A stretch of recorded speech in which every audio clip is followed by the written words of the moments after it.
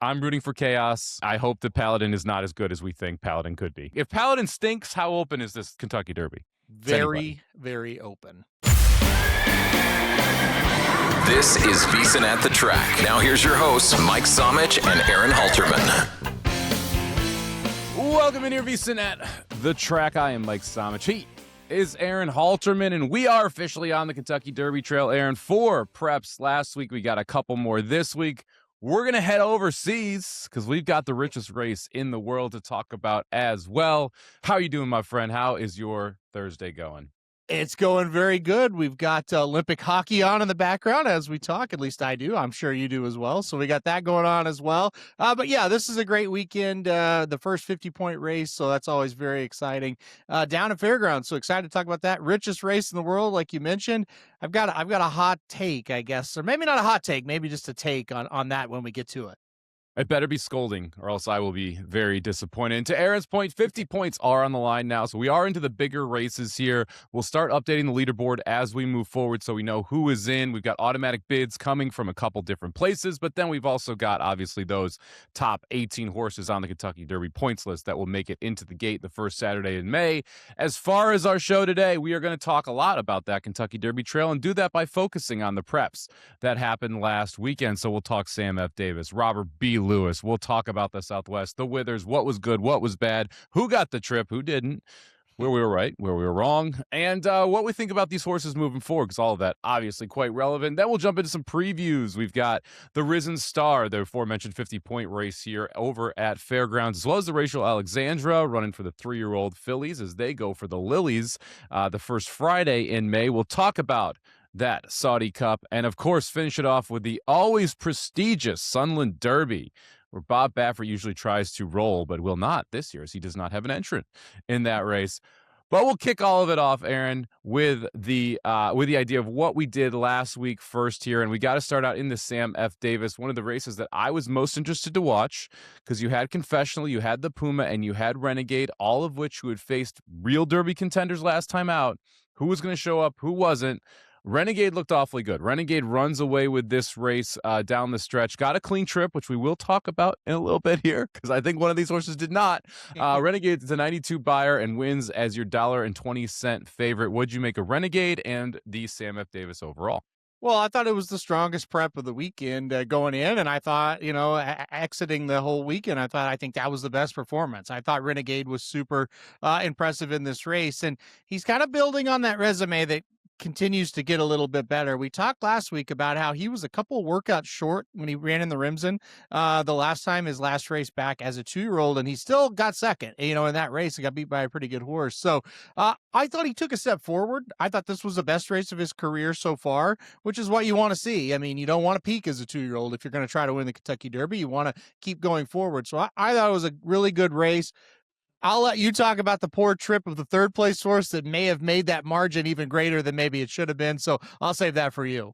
Yeah, look, nothing against Renegade. Thought he ran professional race, did everything he needed to. Definitely a Kentucky Derby contender, going to be in the gate the first Saturday in May. Don't want to talk anyone off of this horse, right? Because I did think it was a very nice performance. The Puma got a terrible trip. I don't know what that jockey was doing. I don't know why we were sitting on the inside. The horse was absolutely loaded around the far turn. Never really got an opportunity to get out, stretch the legs, come into full stride, and ends up running third in this race when I think was at least the second best horse, if not the best horse in this race, yet we never really found out. So for me, Renegade, obviously an upgrade out of this race. Very impressive. But the Puma got a brutal trip in this spot. And I don't understand why people on X were like, no, the trip was fine. Like he didn't really get to run for the mass majority of the far turn, including the early stretch of this race. I think had he gotten the jump on Renegade, he wins the race. Had Renegade gotten the jump on him and then he tries to catch him, probably doesn't win, but definitely runs second, Aaron. It's funny how when you watch a race live, you watch the horse you bet on. So I didn't really watch the Puma. I was watching Renegade because, obviously you listen to the show, I picked Renegade. And you texted me right after, he's like, what a terrible trip. And I was like, oh, I'll have to go back and rewatch. And you would go back and rewatch, and it was a bad trip. I thought it was a horrific sign when Javier Castellano stayed at Gulfstream and didn't come over to ride the Puma at Tampa. And I thought, well, why would you do that? I think you should come over here and ride the Puma. if not for anything else, yeah, it's a Derby mount, but also it's like, this is the same connections that got you Mage. What are you doing? And I think it made a huge difference in this race. I'm with you. Like, it just wasn't a good trip. He got stuck. He finally stretched the legs and he did accelerate a little bit, but it was way too late. It absolutely cost him second. Now, could he have beat Renegade? I'm not sure, because he really ran a solid race. And even if you get open there, maybe it's a little bit too late. Maybe Renegade's going to get the jump on you, because they just kind of kept him outside and said, go on, you're the best horse, which he proved to be. So, but yeah, I wouldn't give up on the Puma. And Castellano, go with your horse. I mean, my God, you stayed at Gulfstream. I know you had a lot of mounts, but come on. I mean, it's crazy. But anyway, I'm with you. I thought the trip was less than ideal. And look, it's a horse making a second lifetime start, right? I mean, he's not experienced. That's where horses with he probably got a lot out of it. He gained experience. Maybe he reacts a little better when he's in tight in some situations next time. But boy, those young horses, you just don't want to get them in those kind of spots. Yeah, interesting. We had Renegade, a maiden, taking on the Puma, a maiden who will stay a maiden coming out of this race. Renegade obviously breaks that maiden, gets some points for the Kentucky Derby. The Puma stays on the trail. What do you do with Confessional here? Are we done with Confessional? I am.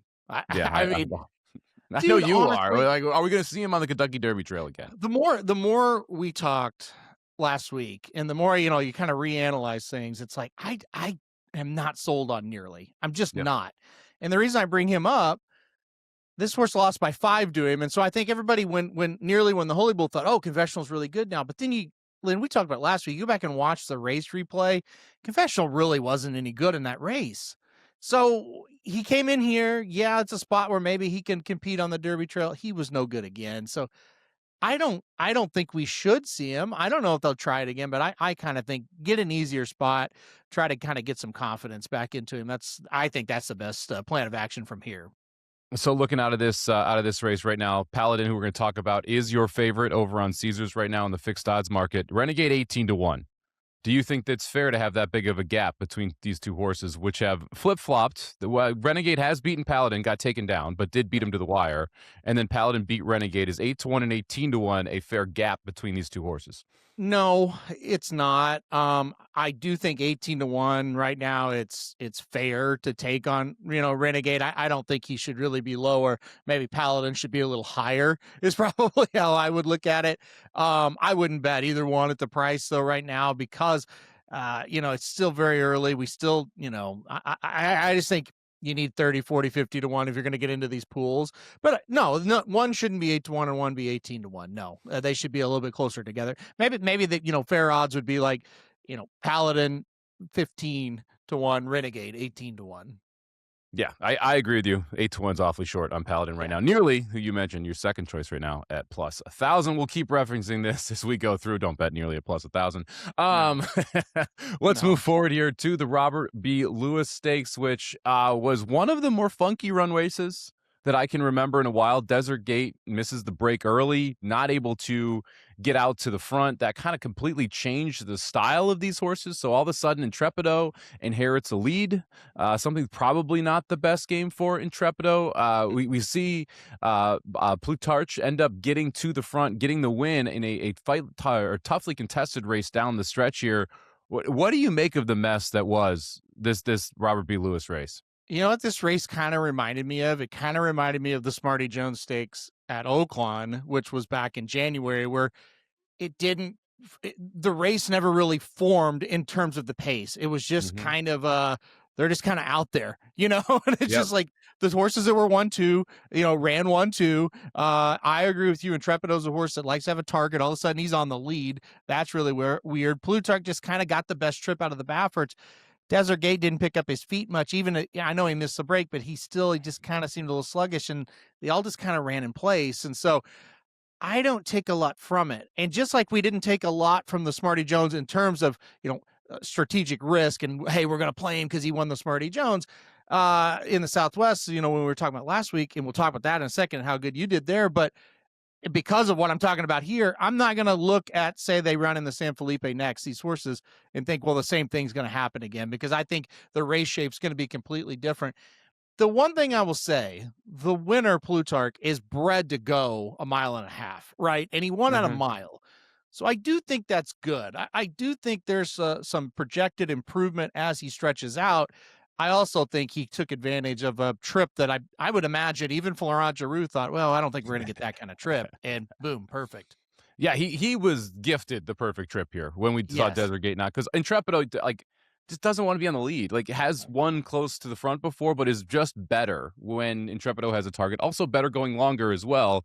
Plutarch, I thought, just kind of got a perfect trip here. And I don't love like Baffert on the turf, and the fact that Baffert's taken this horse to the turf 3 of the 6 races now kind of tells you what Bob Baffert thinks about this horse long term as a possible Derby competitor. So wins the race, gets some points. I still like Intrepido out of this race of all of these horses. We'll see, like, moving forward, if we get a target, if we do see that improvement. A lot of people talking about the third place finisher. So I want to talk about third place finisher. Secured Freedom, wide the entire time, runs on late, able to get an 83 buyer and kind of closing on those top 2. It was the third start for Tim Yaktine, first time going 2 turns, closed nice ground late. What did you make of Secured Freedom's trip and any faith in this horse moving forward? I think you give this horse another try for sure. I I didn't love it really. I didn't think it was that great of a race. I mean, yes, he was hung wide, but at the same time, like he wasn't really. I don't know. Like he just didn't really pick up his feet a much to me.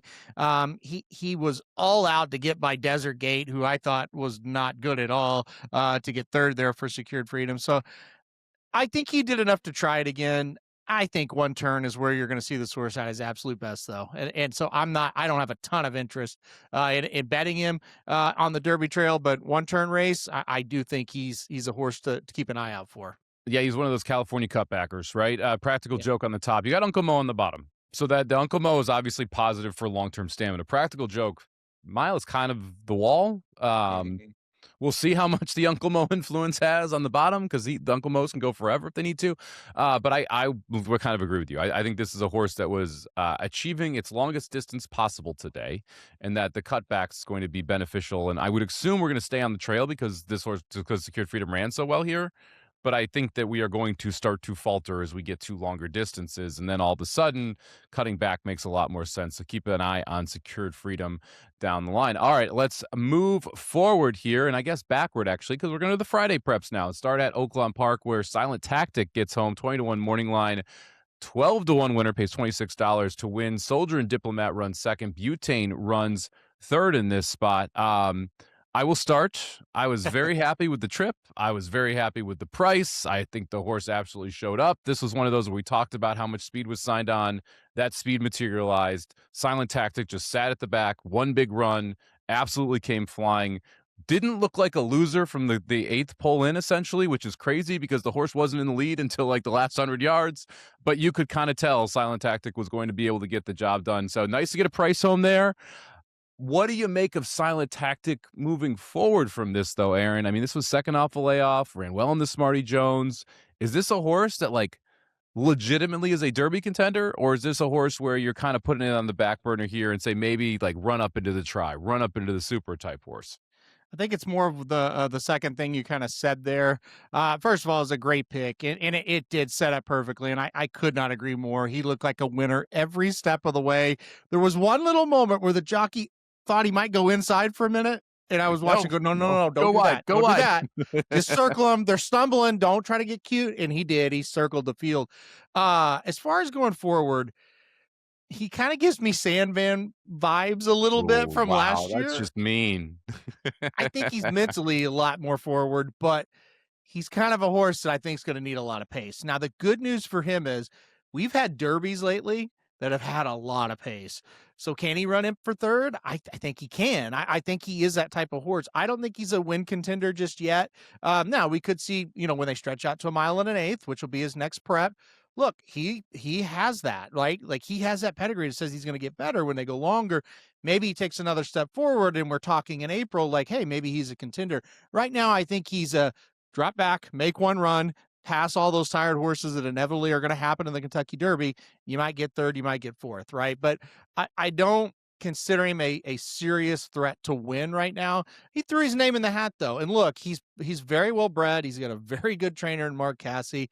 And like I said, he can go 1.25 miles. I'm very confident of that much. So he checks a lot of boxes. Got to get a little bit faster. He's got to get a little faster, got to get lucky in the Derby, right? Those are the two things, because the trip is going to be, now, to your point, like we saw Mage come from way back of the pack, right? We've seen horses be able to make these moves, Mystic Dan up the rail. I mean, it's been time and time again where even Sovereignty was pretty deep into the pack, where we've seen horses be able to rally into fast paces. The pace is going to matter for Silent Tactic. If they go nutty, I think he can win the race, the Derby. Yeah. If they don't go nutty, I think he has a good opportunity to run up into the top 3, top 4. So he's going to be a horse that, as long as we see the progression, I will be using in my superfecta here, possibly on top 88 buyer, or I'm sorry, 88 buyer. So needs to get faster, to your point. But that was second off a layoff. Now you got third off a layoff. Then you go to the Kentucky Derby, kind of starting to fill out into the horse that could be a contender, or at least someone who could run up into it. Decode fades away. Butane, I thought, had every opportunity and just was not good enough, but was closer to the pace. You got to give some credit to Butane in that, as the only horse near the pace that able to hang on.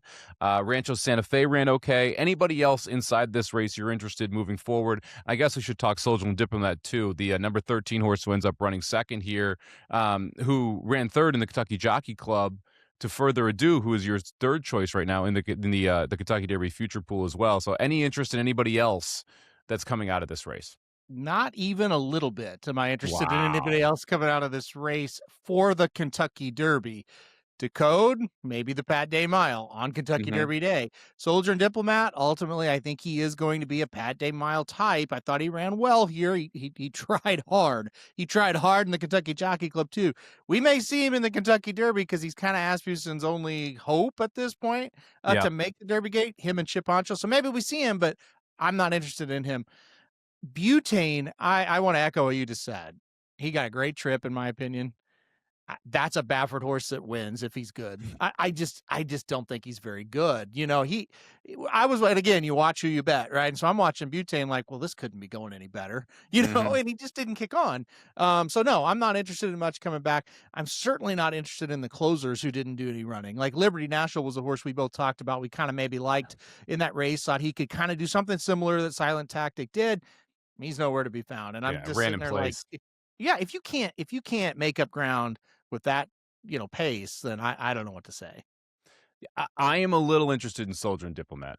Not like officially on the radar, but like the effort, I thought first off the bench was good, everything considered. I thought the effort in the Jockey Club was good enough, especially with Further Ado. Universal horse we'll talk about here a little bit later, running second in that spot. So Soldier and Diplomat has made the, like, Mike will watch this horse list. Not like the Mike's going to bet on this horse, Mike loves this horse, but like I do think that's a horse we end up seeing in the Kentucky Derby gate.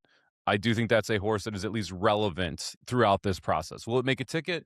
We'll find out. You know, draw heavy, pace heavy, but to me is one that is at least on the radar. I wanted to throw in, like, say he was in the Sunland Derby this week. Like, that's the type of race I think he could go in. The Virginia Derby down the road. Like, I kind of agree with you that, like, if he caught the right field, because I'm with you, like, he really tries. Like, he tries hard. You can visibly see it. I just don't think he's got that extra kick. So yeah, maybe I was a little hard on him. Maybe, you know, again, you get the right field, he could win it. What was it? Was it Instagrand who ran fourth in the Derby at like 60-1, who just tries really hard? Oh no, it was the same trainer. It wasn't Instagram.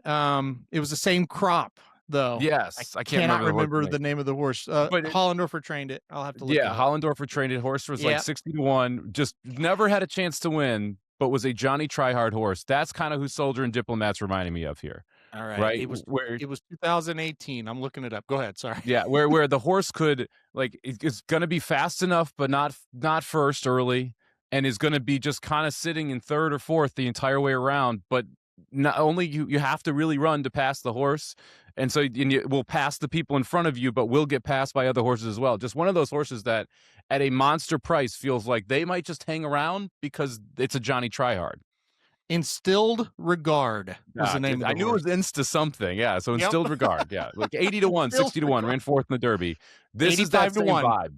Yeah, same vibe to me here. A horse that, like, no chance at winning, but may just kind of stick around and end up fourth. So Justify, Good Magic, Audible were the top three, and then Instilled Regard. Take a guess who rode Instilled Regard in this race. Pratt. That was a good guess. Drayden Van Dyke. And at the time, Oh. he was like this big up and coming guy, and then you don't really see him anymore. But yeah, Drayden Van Dyke rides for Hollendorfer and still regard. Unbelievable. And What a job by you pointing that out, too. Why is that relevant? Because that was favorite in the trifecta. Yep. And the super still paid stacks. Because Instilled Regard at 85-1 ran up into the super. I don't know if you have the prices for the try and the super, but I want to say the try was like $100. The super was like 4,000, 5,000, something like that. I exited out of it, but yes, I remember it ballooning. Yes. So that's Soldier and Diplomat has a little bit of Instilled Regard in my mind. We're like maybe relevant if you're playing supers, that kind of thing. We'll see what happens moving forward here. All right, last race to talk about on the day. The race that not going to take very long. Talk to Me, Jimmy wins the Withers, goes gate to wire on what is a ridiculously speed favoring Aqueduct track right now, especially on the rail. Which guess where Talk to Me, Jimmy got to speed on the rail. Able to go gate to wire here. Grittiness runs up for second, coming from last. I thought was by far the most impressive performance, especially when we just mentioned the bias of this track. Ottenho comes up, runs third. It didn't really break that well. Never really all that involved. No one from this race is good, right? Can we just agree on that? Yeah, absolutely. If you watch the racing all day from Aqueduct, there were some weird things going on, and a lot of it was what you're talking about. The track's just kind of weird. You get that much weather, it's just tough to get it kind of fair. So, look, good on Talk to Me, Jimmy. I'm sure his connections were just thrilled as he was romping down the stretch, and New York bred in the Withers. Good stuff. But he's not a Derby contender. So, yeah, you just move on. But look, he ran. Now, look, Talk to Me, Jimmy did run pretty well. The rest of these horses, Mike, they didn't run a step. Like the second place horse got a 67 buyer. I mean, wow. So, yeah, not a good race. Yeah, to your point, 67 for Grittiness, 66 for Ottenho, 64 for Schoolyard Superman. That would put them basically in like last of all the other preps, right? So way back in the pack. Had we ran anywhere else, Grittiness. I mean, maybe New York preps going forward, right? But not. Don't bet Talk to Me, Jimmy, next time out, unless it's again a golden rail. Like you need this. This had to set up perfectly for him. It did. He took advantage of it. Good on him. Good on the connections. Turn the page. Yeah. All right, let's go. Before we talk about the races that we've got coming up this weekend, make sure to sign up for VSiN Pro. Right now, you can get your edge in the horse racing markets as well as across all sports, including NBA props. Try the full VSiN package for just $9.99 for your first month. Get our MLB betting guide included. Head over to vsin.com/subscribe to see all of those subscription options. All right, Aaron Halterman. We're going to go a little reverse here. Usually we talk about the biggest race last. We're going to fire right out of the gate and head to Fairgrounds, talk about the Risen Star 50 Kentucky Derby points on the line. A grade 2 going a mile and an eighth over the dirt. Your favorite for the Kentucky Derby, Paladin, shows up here 8-5 on the morning line. Chad Brown, Flavian. Oh, no, not Flavian Pratt. Tyler Gaffleone. We'll talk about that one in a second here. Second choice on the in the two post. Golden Tempo 3-1 on the morning line. Cherie DeVoe, Jose Ortiz, your winner of the Lecomte, the previous prep here. Aaron, are you going Paladin or are you going somewhere else? I'm going Paladin. I'm pretty excited to see Paladin back here. Well, look, I think what Renegade did last week is a very good sign, obviously. This is where Chad sends his best horse. He goes Risen Star, he goes Bluegrass. We've seen it. It is a pattern. We saw it with Zandon, and we saw it with Sierra Leone, and now we're going to see it with Paladin. So I think it's Paladin all the way here. Another thing for me, I have been very down on the Fairgrounds locals. I did not like the Gunrunner that well. I didn't think that was that strong of a race. I didn't love the Lecomte that well. I did not think that was that strong of a race. So I'm going to take horses that are shipping in. I do like Paladin quite a bit. Look, I mean, both those races have been very good. A very nice debut. He didn't cross the wire first, like you mentioned, but they were right there together, him and Renegade. They blew out everybody else. And then last time out in the Rimson, I mean, it was just a really strong performance, I thought, for Paladin. Love his running style, too, and I don't see a ton of pace. I think he could get the lead and control the pace or could just sit right off in a good spot. So I'm all over him. I'm also very interested in the number 7, Courting, to see if he can kind of mentally put it together. I think there's talent with Courting, but he kind of runs in spots. You go back and watch that Rimson. he like runs and then he stops and then he runs again. But maybe he can kind of iron out some of his problems as a 3-year-old as he matures. So 4-7, I'm pretty heavy on 4-7 when you look at this race. Well, I agree with you on Paladin. I wanted to try and beat this horse. I really did. If I did try and beat Paladin, it'd be like with Golden Tempo, courting. The other shorter prices. So there's not really the value of trying to take a shot here in my mind, especially when I do think Paladin just simply the best horse. I thought you brought up a good point around the pace. It kind of sets up well for Paladin here. He can go to the lead. He can sit right off of it. We've seen him be successful stalking before. I think that is the trip that Brown and Gaffalione want here. So I do think that we end up seeing Paladin sit third or fourth, let Carson Street go, let somebody else go on the outside, Chip Honcho, and then just kind of sit right behind him and then make your move. Like, can't ding Paladin for the distance. 1 mile and an eighth in the Remsen. It's tough to get around Paladin here, which is frustrating for me because I don't like taking these type of horses. The favorite off a layoff in a new track. But I didn't think this race came up all that tough. Like, that really was the bottom line for me. I guess that points to your thing where, like, hey, I like the horses that have been running at the fairgrounds meet. I probably not that good, right? I do think Golden Tempo can take a step forward. I do think that last race from Golden Tempo is better than Wooks on paper, but I'm getting 3-1. I'm not getting 8-1. So it's hard for me to say that there's that big of a separation when Paladin is 8-5 and Golden Tempo is 3-1. Even if they go off at 6-5 and 2.5-1, I still would rather have Paladin at those prices. So Paladin for me as well. I am interested in courting too. I think that's one of the more interesting horses here. $5 million purchase price. The number 7 horse, John Velasquez rides 6-1 on the morning line. This horse, to your point, like definitely ran in spots in the Remsen. Didn't really know what was going on. I thought ran its best race when it was able to get in the lead, but there was just 4 horses in that maiden special weight. I don't think courting gets the lead here. I think courting has to stalk.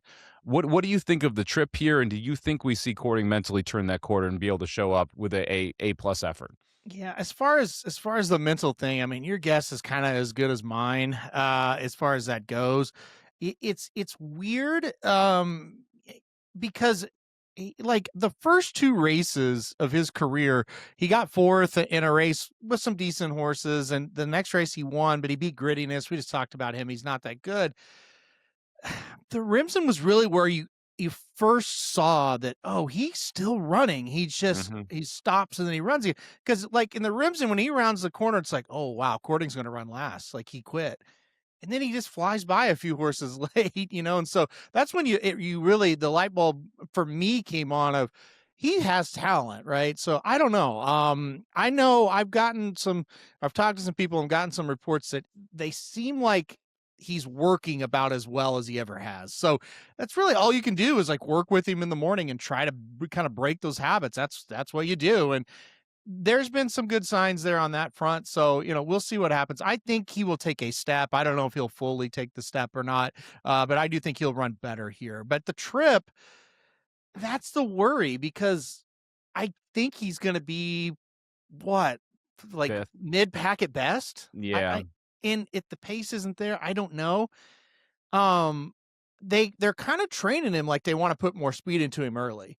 And he kind of has that style of, you could get him out in front. He is a grinder. Like, when he's running, it's a kind of a grinding type of style. So a lot of times being out in front helps you win, obviously, with that kind of style. So I don't know, but I'm afraid he's going to be a little bit too far back.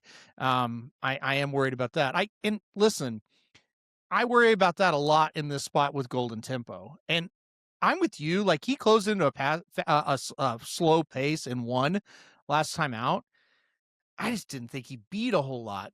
I think the good news with Golden Tempo is he's trained by Cherie DeVoe, and DeVoe is kind of like Chad Brown. It's a progression more than pound, push, and then bam, we're going to run our best race every single time. It's more of a let's develop. So I think there's more to Golden Tempo. I think we haven't seen the best of him yet. I just don't know if this is going to set up for him. Yeah, DeVoe is a assistant under Chad Brown for a long time, so it makes sense that they're going to have a similar style there. Lady Eli, the big horse that she was helping Chad Brown with quite a bit on the turf, now trying to take him down on the Derby Trail. I'm really interested to see what the pace is like. I agree with you. I think if Courting could ever get the lead, like Courting becomes really dangerous. Courting's not fast enough to get the lead yet. And you've got like Chip Honcho, the 5 horse, who's got enough speed. Paladin probably faster. Carson Street the 3 definitely faster. Universe the 1 probably faster.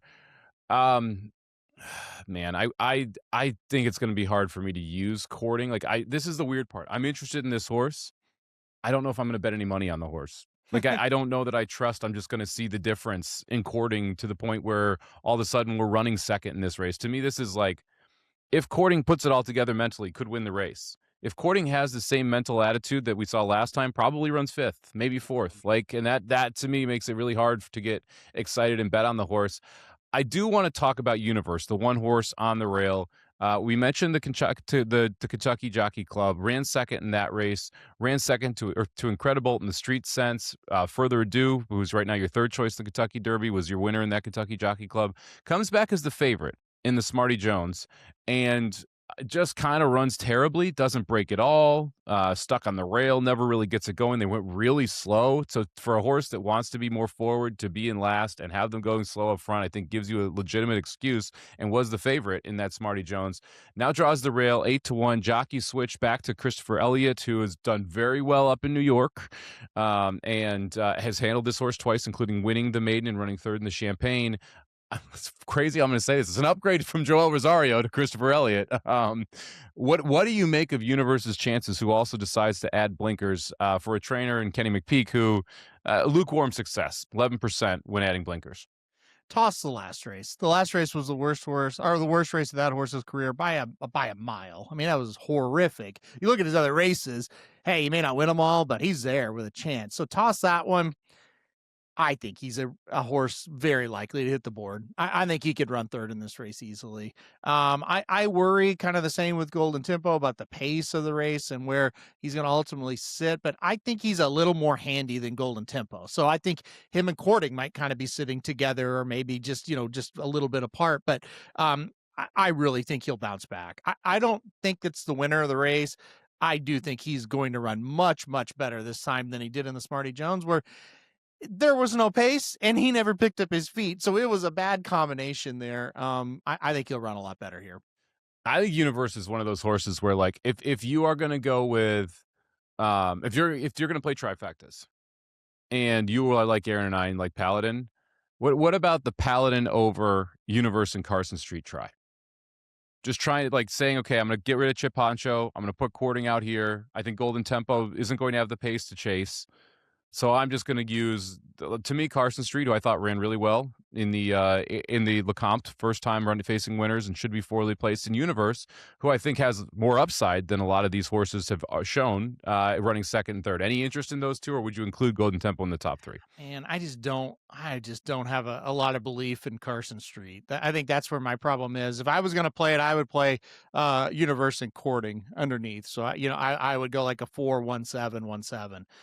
I just, Carson Street, to me, he turns for home the Lecomte, he has every chance to win. He starts to even, pull ahead just a tad, and then it's just like, finish the race there. You got a perfect trip. So I worry about him. I just think he's a cut below. So I don't have a lot of interest in him, but Universe, absolutely. Yeah.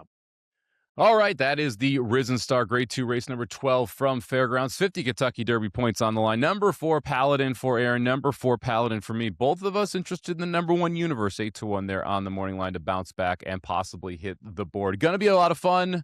One race prior should be a good time as well. The 11th race, the Rachel Alexandra, points on the line for the Run for the Lilies there on Friday at Kentucky Derby Friday in the Kentucky Oaks. This one, not as interesting to me as the last race we just talked about. Mile and 16th over the dirt. Bella Ballerina 2-1.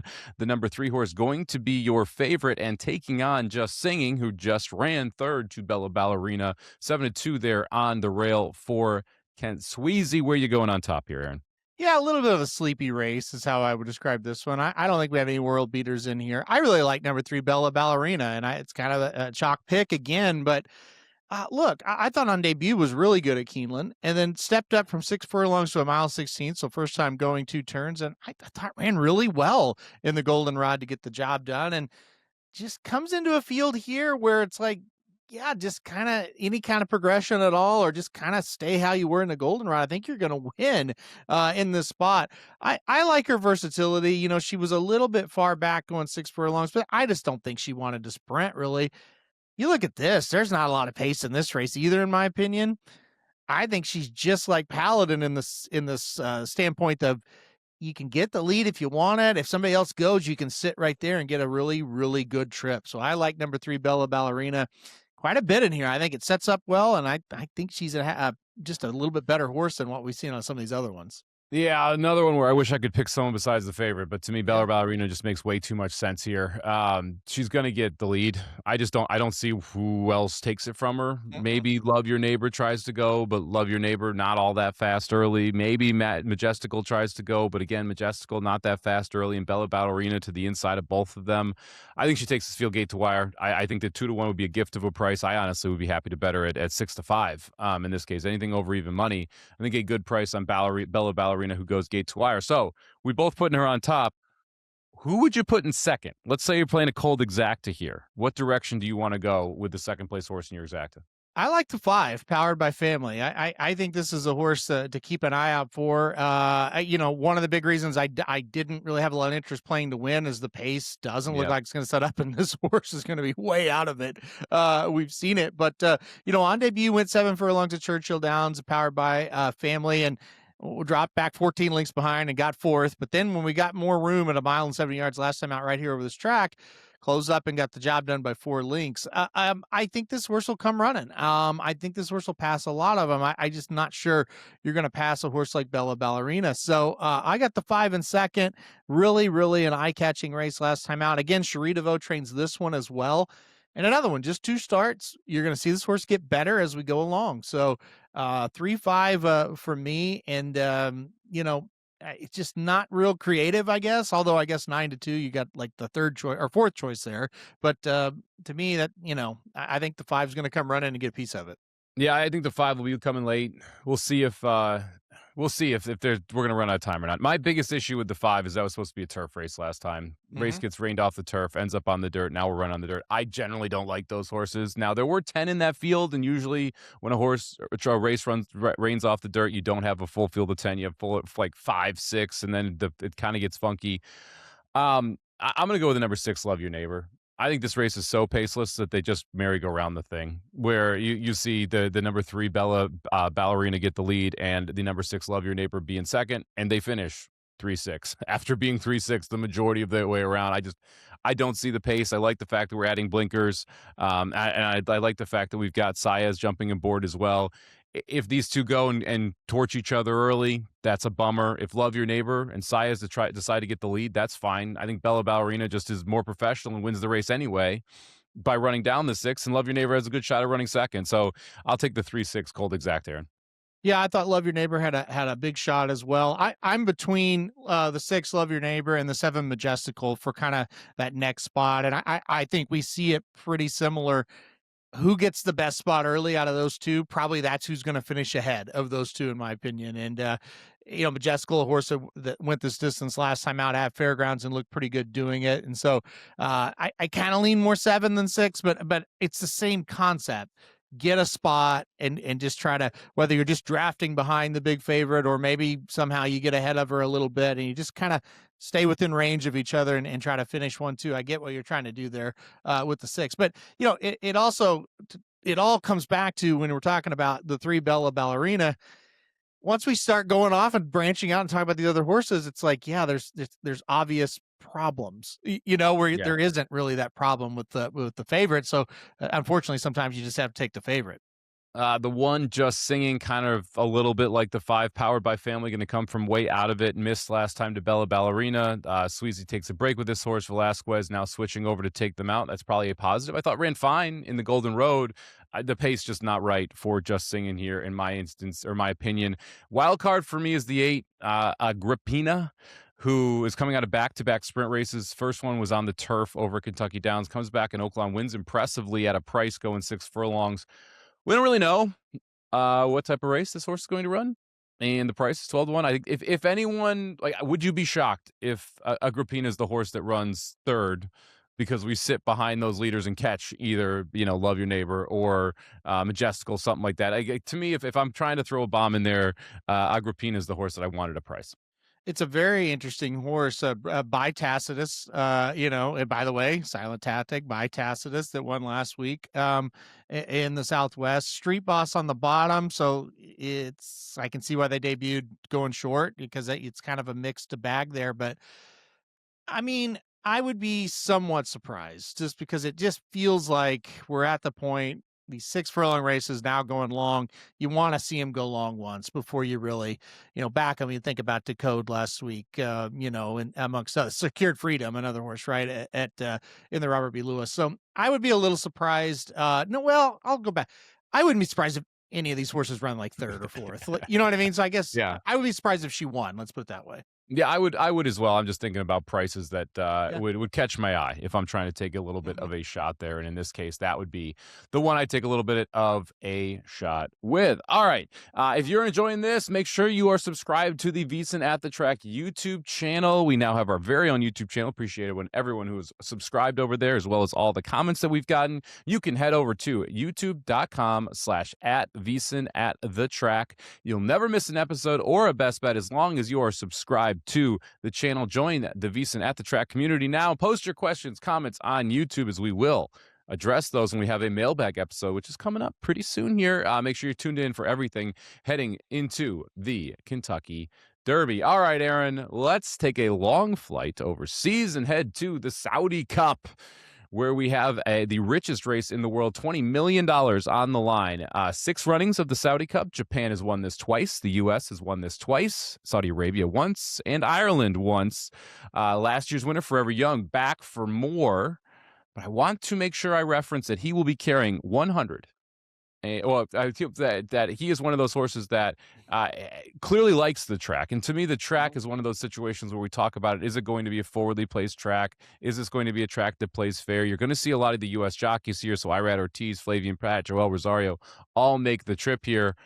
What do you expect from Forever Young? I think he has to be kind of the marquee, the piece to talk about here. And is this a horse you're willing to take at a short price in a big field of 14? Yeah, I mean, look, he's been so good here. That's the other thing. He won the Saudi Derby here as well when he was a 3-year-old, and he beat a horse named Bookham Dano, who was a pretty darn good horse, right?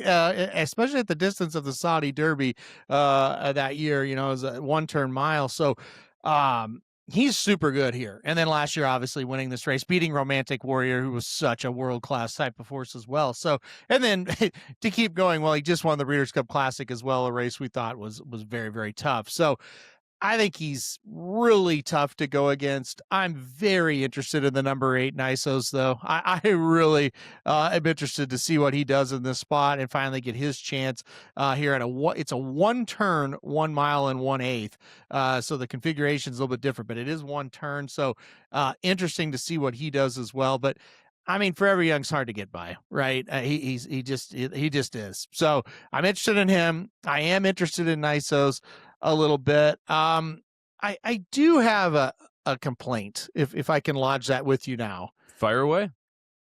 And this is it's not just Saudi, it's every international race course, right? Why can't we get relevant data when they run overseas? I mean, it's hard to get relevant data when they run in the U.S. So okay, fair, but at least we've got something. We get nothing. We have no fraction times. We have where was the horse running, at the quarter pole and at the half mile pole. We have nothing to go off of. I don't understand why this is so hard. And even if that track won't provide the data, when we're having these big race cards, can't some company in the United States do this and come up with their own data? At least give us something relevant.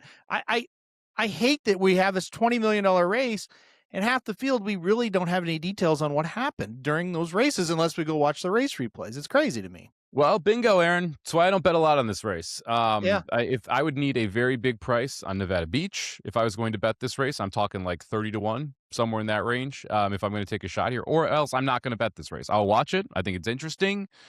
But to your point, DRF doesn't have past performances. It's a $20 million race. And the number 1 provider of past performances in the world doesn't have past performances. Mm-hmm. Just let that sink in. It's not great. It's not great. Like, it makes absolutely no sense. So because of that, it's hard for me to get really excited about this. Yes, you can pull up the rags. Yes, there's other ways that you can handicap here, but it's hard to get accurate information on some of these horses that are coming in. It just, to the point where I'm not willing to invest a ton of money here. I think Forever Young is a very logical winner. Again, you mentioned it, loves the course, 2 wins over it. It looked very good winning this race last year. We've seen Japan run very well in Saudi Arabia. I mentioned 2 of the 6 winners have been Japanese, including Forever Young in the past. I don't want to overinvest in this race just simply because of that situation where I don't feel like I have all the data. I do think Banishing an interesting horse, as well as Bishop's Bay on the inside. Like, to me, if you want to look at the U.S. horses here and see if you can find a way to get a big time price, go for it. Sunrise Zapagnu, the Japanese horse that I would be a little bit interested, who is a new name that's coming in. So I don't hate the idea of just playing a Forever Young over a couple really big bombs and play a small trifecta, or taking Nevada Beach at 30-1 to win if you get it. If not, to me, this is a race that I'm not looking forward to betting. However, I'm looking forward to watching. One horse I'll give you that's a big price, I think will be a big price, I should say, is the number 10 Star of Wonder. This is a horse that ran here in the United States, won a couple races, finished third in the Pimlico Special. Went to Saudi Arabia, new trainer, and has won 2 races over that track. That track plays very kind of funky. Local horses have done well there in the past. I think this will be like a 30-1 type of horse. So the number 10, or I think the horse will be number 10. That's the other thing. The post positions versus the numbers are all different as well. But Star of Wonder, keep an eye out for him. I don't think he's without a shot here. I think he'll be a big price. Yeah, Star of Wonder, Saddlecloth 10, gate 5. There you go. Yeah, so I don't want to talk. That's stupid too. Yeah, the other thing is they will not break out of the correct gate. So, like, Banishing Saddlecloth 1 breaks out of gate number 3, and the number 11 horse, Sunrise Zapagnu, will break out of gate 1. So keep an eye on that for who you have there. Nothing too creative here for either Aaron or I. Forever Young for both of us on top. He does like Star of Wonder at a price. I do like Nevada Beach at a price. From a betting perspective, I would need a very big price on Nevada Beach to win, or else I would bet tries with Forever Young on top of a couple big time prices. Aaron, any betting advice here for this one? I'm with you. If you want to bet it, pizza money, beer money, something like that. You know what I mean? Don't sit here and try to get rich off of it. I'm with you. It is fun to watch and it's different, but like, as a hardcore gambler, if I can't get all the data, it becomes very hard to bet it. Yes. Lot more difficult for me to want to try and like really slam my fist for a big opinion. All right, let's head out to Sunland Park Sunday, race number 9 on that card, mile and a 16th, with some points on the line here. Once again, a formidable favorite in the number 1 horse, Express Kid, who will go to the gate at 3-1. Second choice here, Bricklin 7-2 for Rudy Brissett. Are you going with one of the 2 favorites, or are you going a different direction, Aaron? I really want to try to beat Express Kid, but this field's just not great.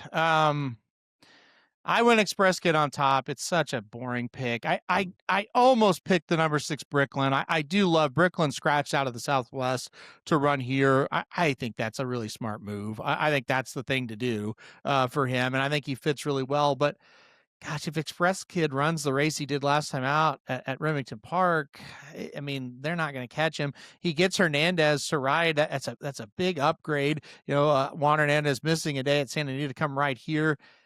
I don't know. I think Express Kid draws the rail. I think that's good for him. I think he's going to get the lead. It's a speed favoring type of track, and I hate it, but I think everything kind of points to Express Kid, so I'm going to pick him on top. I mean, you're not wrong. Everything does kind of point to Express Kid. But this is where I will not take the favorite. Okay. This is where I'm going to go and say, not so fast, my friend. Yes, Express Kid should win. Yes, Express Kid is the best horse. Look, we always talk about how pace makes the race. Sunland, I understand a forward speed track. Holy buckets, Aaron. There's a lot of pace. The 1 Express Kid wants to go. The 2 Sharon's Beach wants to go. The 4 40-20 wants to go. The 5 Way Behind wants to go. The 6 Bricklin wants to go. The 8 Buntas Folklora wants to go. The 7 and the 3, they do not want to go. Give me Pavlovian, 8-1, the 3-horse here. One of the horses who I think is going to be coming from off the pace has been running in Calbred races, which are better than I think people kind of assume at this point. And that we're talking like $200,000 race at Del Mar, $100,000 race at Del Mar, $175,000 race last time out at Santa Anita. Doug O'Neill adds blinkers, a move that he has a positive ROI with. Maldonado rides, which should get this horse a little bit more forwardly placed. But I think this is just a race that sets up really well for Pavlovian to be able to make a move, assuming we do get the pace to materialize in front of him. Now, could the horses keep going? Yes. It's Sunland. The horses keep going sometimes at Sunland.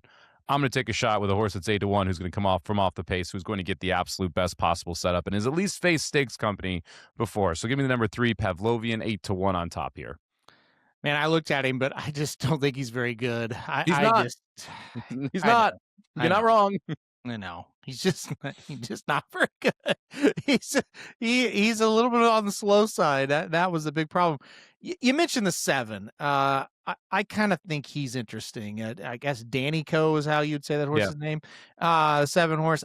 He's another one. He's gonna. There's no question.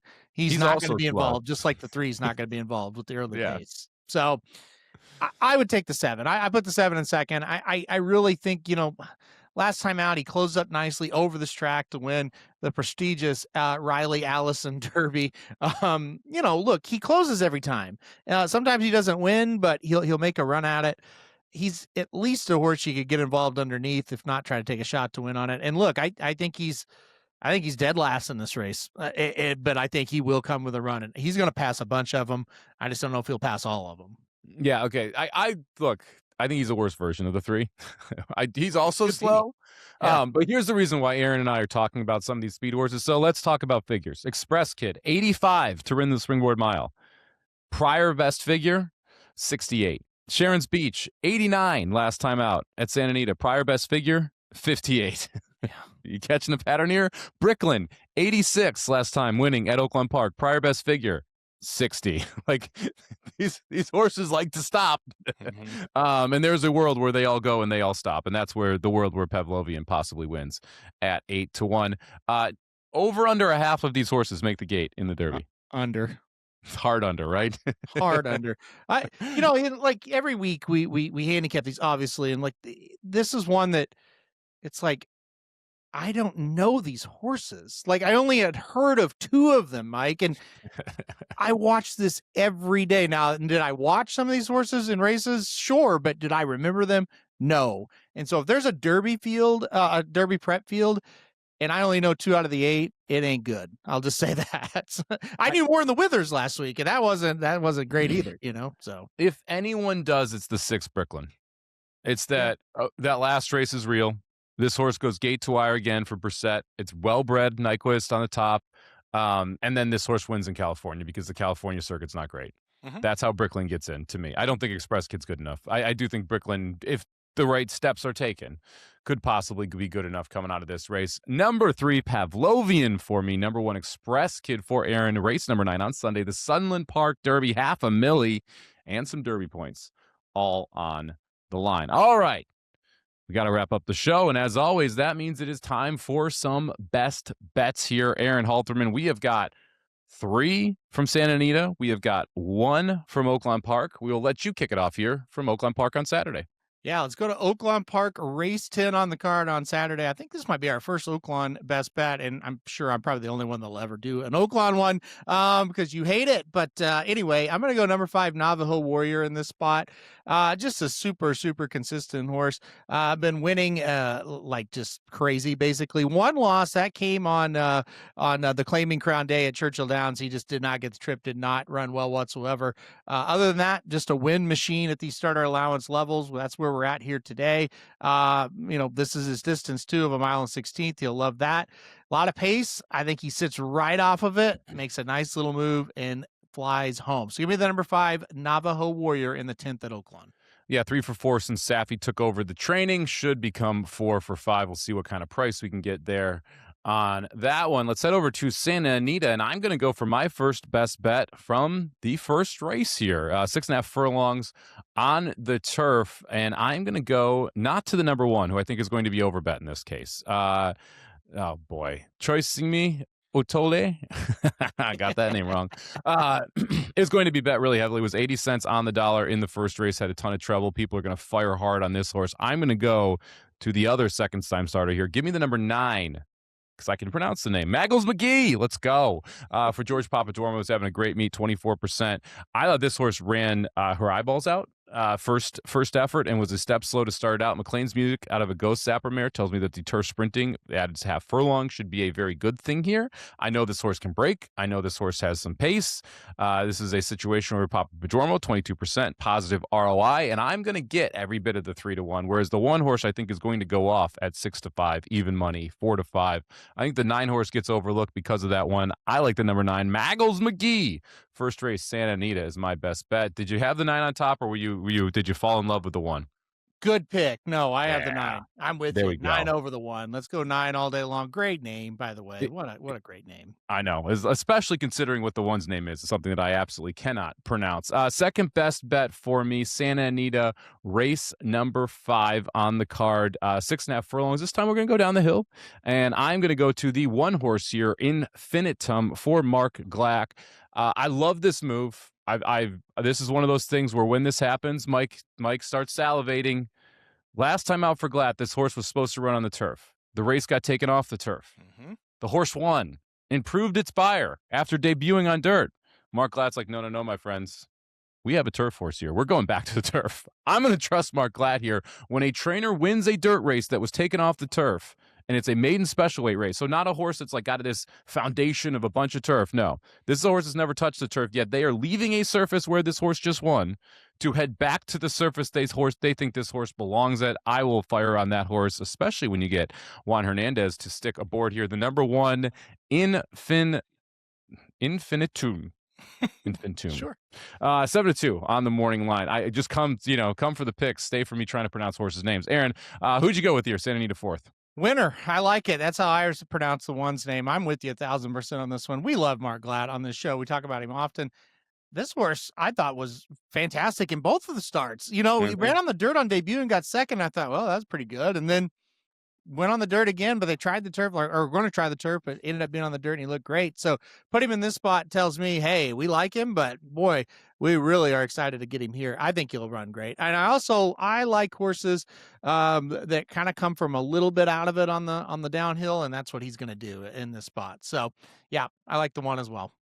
All right, let's fast forward here to your final best bet. Race number 7, the San Marcos Grade 3 going 1.25 miles over Santa Anita's turf. Race number 7 on the Saturday card. Yeah, I just wanted to give this horse a mention more than anything else, but I do think he's obviously going to win the race. The number 9 Gold Phoenix, now 8 years old. He continues to run so well. Last year he picked up a win in the John Henry over this turf course, going 1.25 miles by a length and a quarter. It looks so good. Tried the Breeders' Cup turf, ran 5th, only beating 4 lengths in that race. I mean, so impressive. I love this horse. A winner of $2.3 million in his career, 10 of 29 lifetime. I just think he's the best horse in this race. Really good spot.